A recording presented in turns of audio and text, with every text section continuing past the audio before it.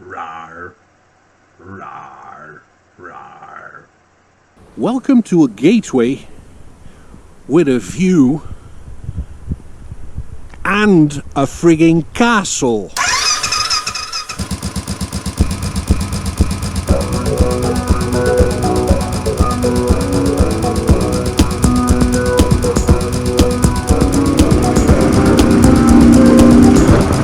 Hi, welcome again to Frankie's World and my first episode of One Up.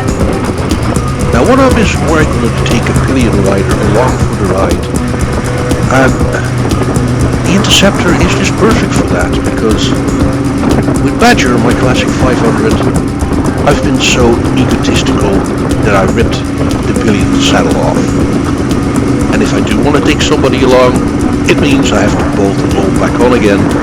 And I'm a lazy fecker. So the Interceptor is now ideal for one of those trips.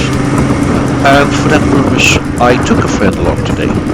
Her name is Laura, and hopefully she'll tell something about how she experienced being a pillion rider on the Interceptor 650, and do a bit of waffling on my behalf, as she is a professional tour guide. So let's get into it. And now it's time to introduce my one-up, which today is Laura. Hi. Hi, Laura. Right. What I would like you to do is tell me your impression of being one-up on the Royal Enfield Interceptor. Okay, so I think that being on this bike is amazing. Like, to begin with, it's just absolutely gorgeous. It's so stunning. I loved it. I love the colour, I love the design, I love the model. Thanks, we'll just redo this shot now. So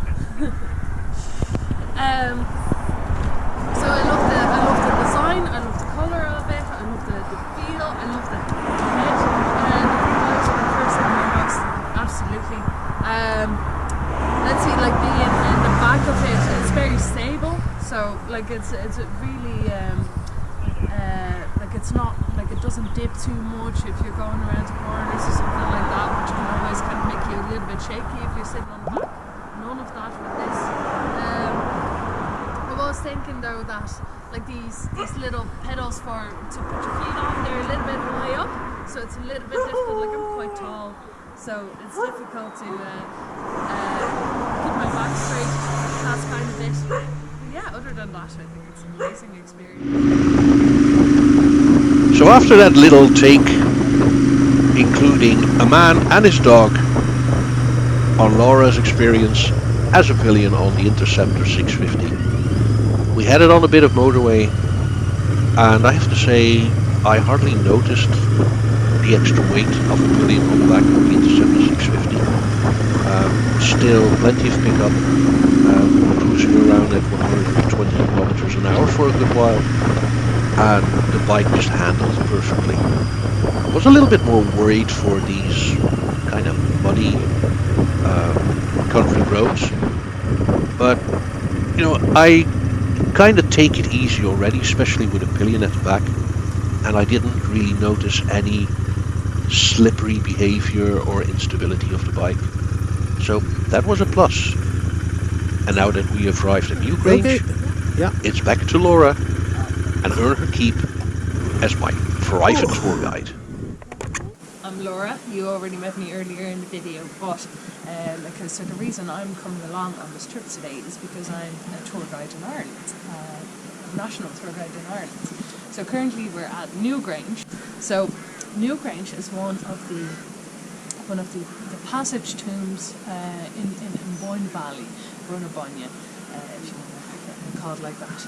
It is one of the three beautiful tombs here. We have Knowth, we have Douth, and New Grange. And New Grange is probably the biggest and therefore the most famous one. But as I was thinking about this earlier, it's probably not the most interesting one because it's not the most historically accurate one. Right?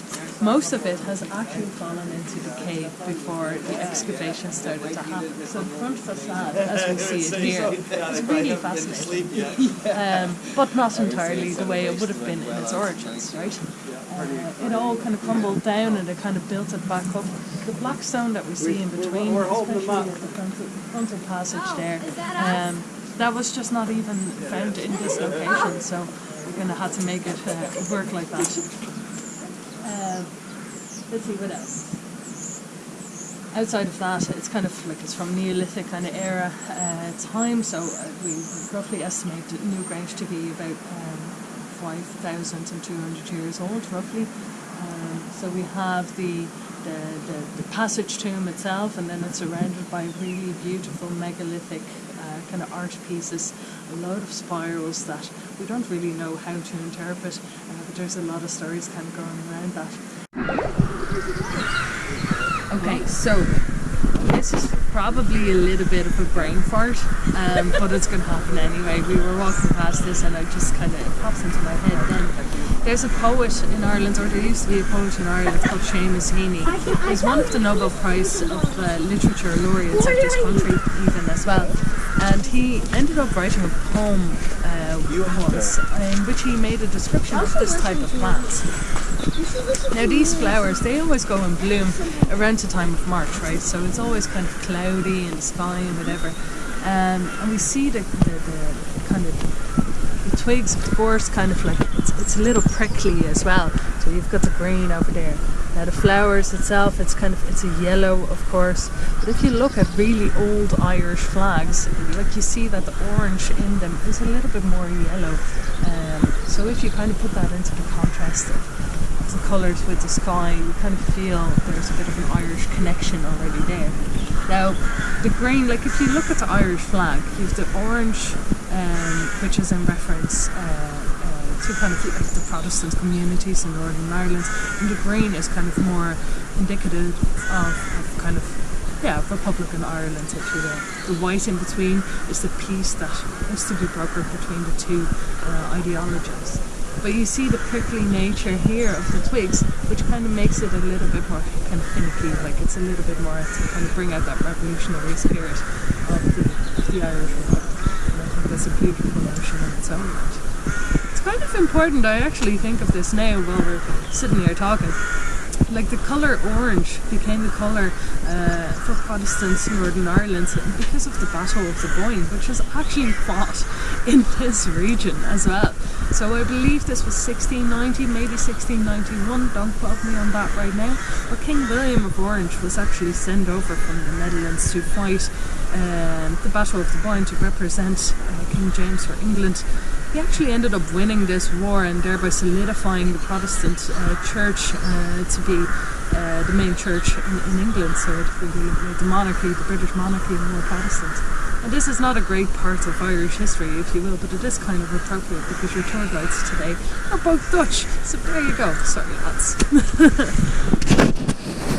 Just for disclosure, I'm from an area of Holland called Zeelandisch Flanders, and we will never forgive William of Orange of sending Michiel de Ruiter, our big hero, into a suicide mission. And we were always on for the Republic. Yes. Oh, like bring it back to me. Michiel de Ruiter is actually the only Dutch person to be fluent in Irish, historically speaking. I don't even know why, but Sherlock, he was. It's amazing. It's amazing! Stuff you will learn on Frankie's World. So, on that bombshell, we decided to look for the visitor center. And then we found out it was all the way in Slane. So instead, we drove around for maybe 500 meters to a farm where we had coffee and scones and pondered on the deep meanings of life. What is the proper way to eat a scone? Butter first. So after tackling this highly controversial topic on what goes first onto a scone, we decided to call it a day and head back home. And normally I would put a little bit of music on my videos. Instead of that, I am going to leave you with the unedited sound of the Royal Enfield Interceptor 650. I hope you enjoyed the video, and I hope to see you back at Frankie's World. For now, bye bye.